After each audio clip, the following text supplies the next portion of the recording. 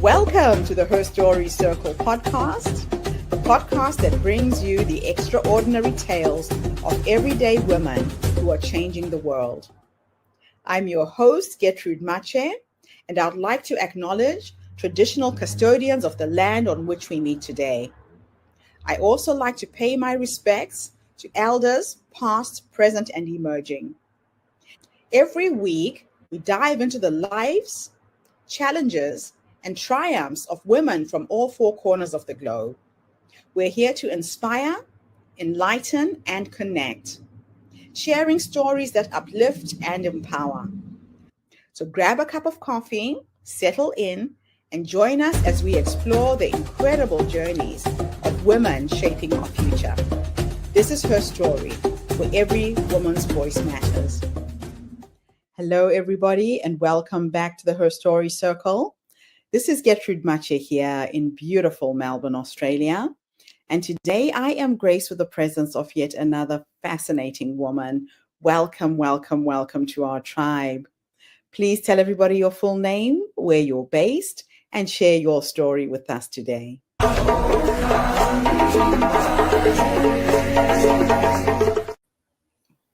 Hi, everyone. I'm Rashida Vassell, and I am in Corning, New York, which is upstate New York. And I'm just absolutely thrilled to be here today. And so my story begins truly with where I was born. And so I was born in Kingston, Jamaica, to mom, a young mother. She was 19 at the time, 20 when she had me. I migrated to the United States when I was 10 years old to live with my father. And from a very young age, I've been pursuing really my life's calling, which has been medicine. So for as long as I've known myself, I've always wanted to be a physician. Intertwined in that mission to become a physician, I've also had the opportunity to get married to the love of my life. I am a mother of two beautiful children. I have two girls who are 10 and 7.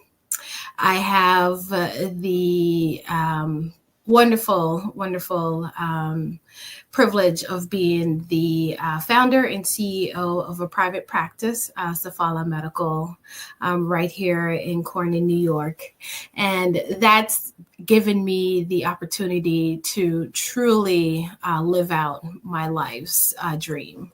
And so I've been able to deliver holistic care to men and women alike. And really what started that journey was my own journey in medicine. I started as a surgeon and going through my training, and then subsequently as an attendant, I was diagnosed with early stage breast cancer. This was at the height of COVID. And so being in the midst of this global health challenge, I am also now recovering from my own personal health challenge. And doing so, I had the opportunity to really give myself a hard pause to think about where I want to be, both personally and professionally. And so having that opportunity to pause, to think, where next do I see my life taking me? What vision do I see for myself, for my family, for my future? I had the opportunity to open and start this gorgeous practice, Safahla Medical. And we're almost in 2 years of it, and it's been a roller coaster ride. And so that's really my story in a nutshell. And I'm ready to dive in and talk a bit more about the details of that. Thank you so much for coming online and sharing your story with us today.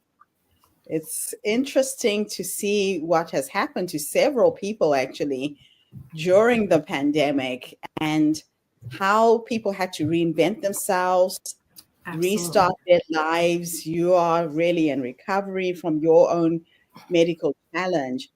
But tell us what inspired you to start Safahla Medical and the vision behind its unique approach to healthcare. Yeah. So the impetus was essentially kind of my own selfish needs, really. And so as I'm going through cancer treatment and recovery, dealing with the loss of my hair, trying to get my health back in balance, wanted to have something that was essentially close by to do that. Where we are, it's a little bit more rural. And so kind of for the, bespoke care that I was looking for, it would require some amount of traveling, either back to New York City, which is 4 hours away from where I am, or our closest metropolitan area is Rochester, New York, and that's an hour and a half drive. So as you can imagine, for someone who is just trying to feel whole again, healthy again, the commute is the last thing that I had on my mind. And so looking for places that perhaps were able to take care of people that looked like me was also very important. Essentially it was, if it doesn't exist, why not create it? Just really daring to trust myself, to bet on myself in the midst of all this uncertainty was really what led me to starting Safahla. Now, with your background as a breast cancer survivor, how has this personal experience influenced your professional practice in Yeah. health?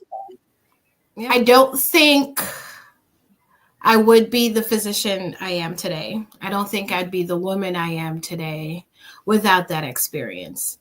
It's one thing where, as a physician, as a surgeon, taking care of patients, it changes your entire outlook on life. And so being on the other side where now I am the patient, I'm having these multiple surgeries, I'm having these complications. I know exactly what chemotherapy feels like. Yeah.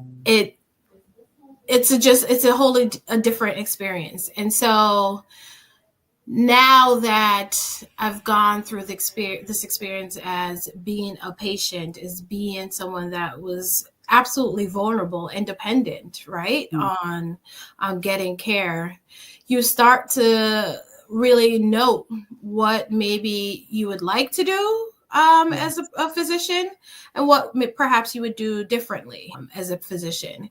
And so that absolutely instructs every single part of my decision making, my behavior, how I speak to patients, how I speak to other colleagues, how I speak to my team, because I am now acutely aware of what it feels like as a patient to be in that situation. And so I think that experience has absolutely informed how I deliver the medical experience for other people. Yeah. So, as a surgeon and an entrepreneur, what were the most challenging aspects of transitioning from clinical practice to running a holistic health business? Woo! It is the realization that your success, my success, is wholly dependent upon myself, right? And so it's a very different ball game when you also have a team that you have to ensure that you can at least you can pay them, right? So that is it's not a burden, but most certainly a privilege. And it's not something I take lightly, but also something that I didn't think about prior to becoming an entrepreneur. It's one of those things you take for granted, learning the intricacy, learning the actual business of medicine, what that means for my bottom line as a entrepreneur, but also what that means for my team, what that means for my family. It absolutely changes everything. So yeah, it's an eye-opening experience. Wow. Now, in terms of integrative health, what are some misconceptions that you often encounter, and how do you address them with your patients? Again, being informed by my own personal experience, I was most certainly on kind of the one track mind that traditional medicine was really the end all be all. And then having the opportunity to think about myself, not only my body, but my spirit, my mind, and finding that those play just as important part, if not more important part, in my health, in my healing, is what really integrative medicine means to me.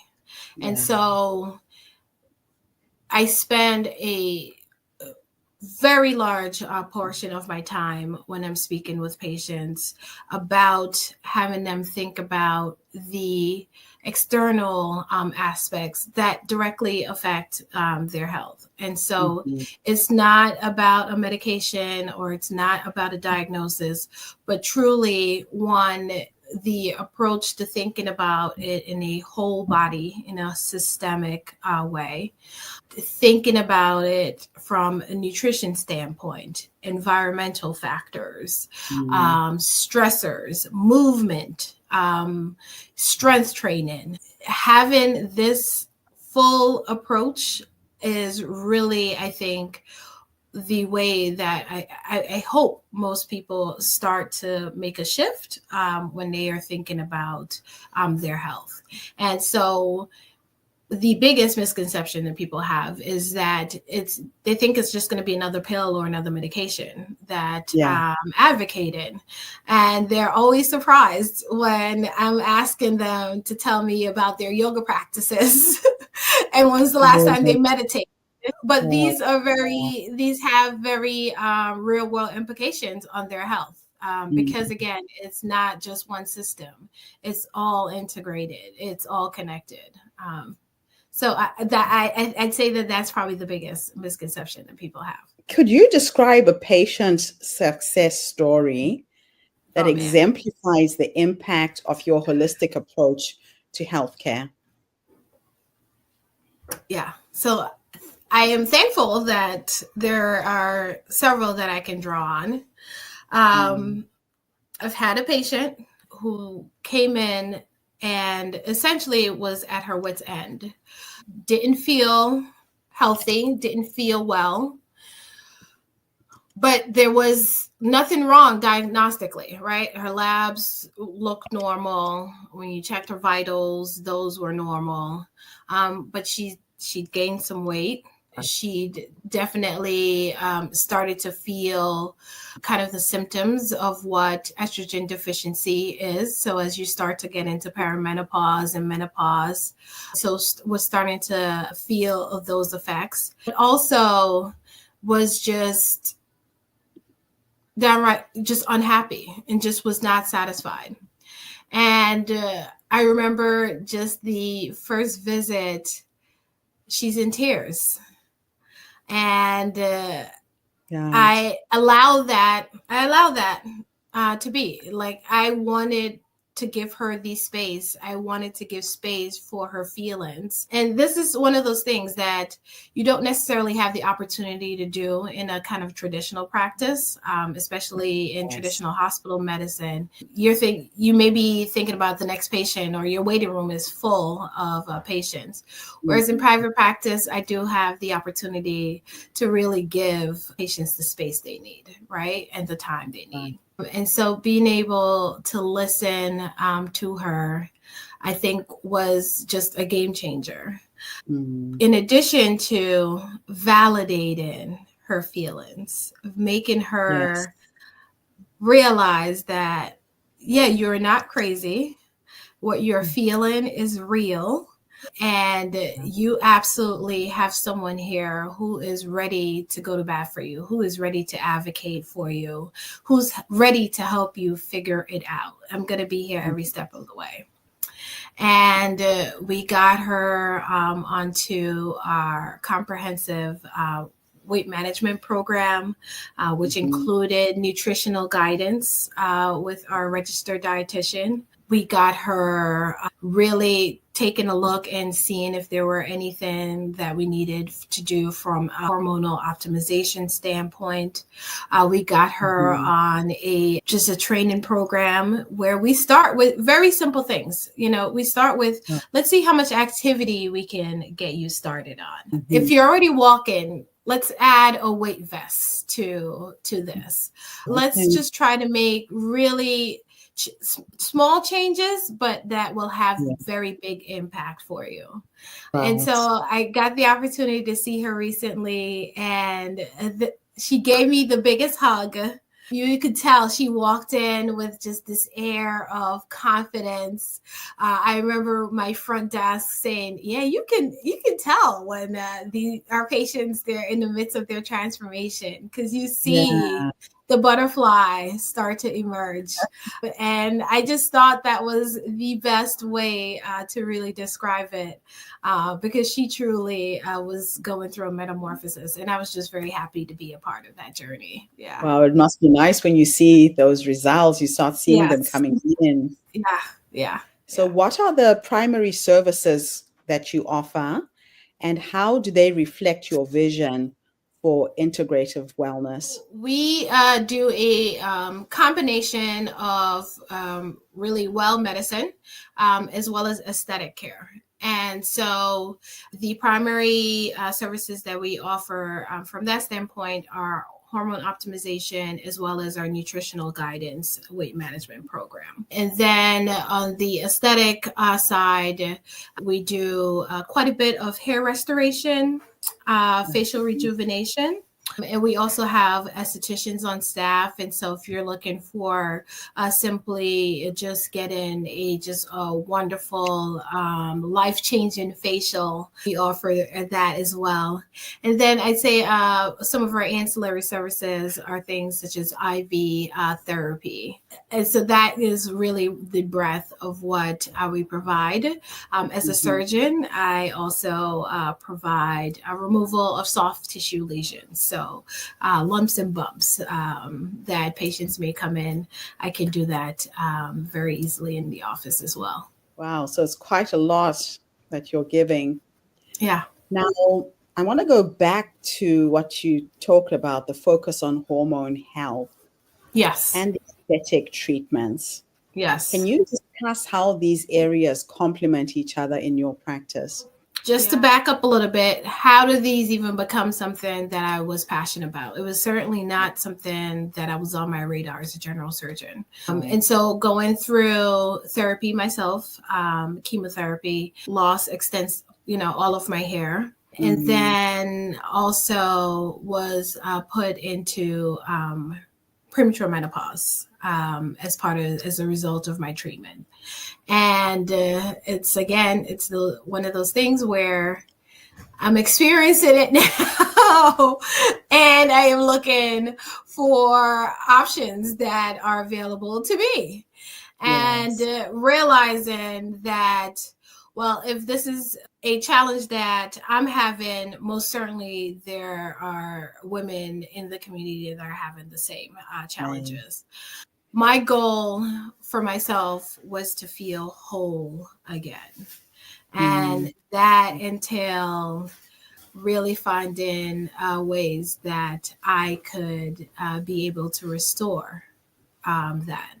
And it became this melding of the aesthetic part as well as the wellness part of just my care. And that is exactly how it's delivered to our patients. But I will say that there are a large number of patients that come in if they've even had significant weight loss. Perhaps they're coming in for things that will help them rejuvenate or tighten their skin. Women that experience menopause often also have things like hair loss. And so being able to offer those treatments, it essentially just it goes hand in hand oftentimes. Yeah. And so that's really why I've been able to do the both, and why it makes this makes the most sense for myself and for my clients. So as a healthcare provider, what strategies have you found effective for educating your patients and the broader community about health and wellness?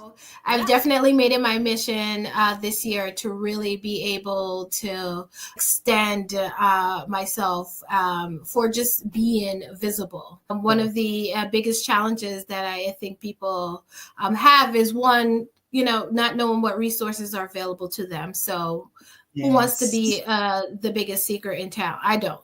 But the other thing is that it also helps me find a way to educate patients. And so being able to educate, you have to show up on social media. I also spend a good number of time writing about common issues, questions that I get time and time again. I go, well, you know what? I'm answering this question over and over. Why don't I just write a blog about it? So I spent some time writing blog entries on our website with regards to that. We also do quite a bit of community outreach. And so we'll have it where either people come in to us we have our Lindsay's Culinary Collective, and that's our dietitian. And so she provides cooking instructions with recipes that she selected. We also spend time, either in local festivals, or we partner with other businesses that are aligned with the kind of similar patients or missions that we have. And I also like to volunteer my time. So whether that's, sitting on boards or donating to local charities, I do what I can to make sure that we're able to share whatever knowledge. Well, my last two questions are a bit of a thought experiment. In the first question, I'm going to teleport you back to that younger woman, the younger you, who got this diagnosis that you have breast cancer.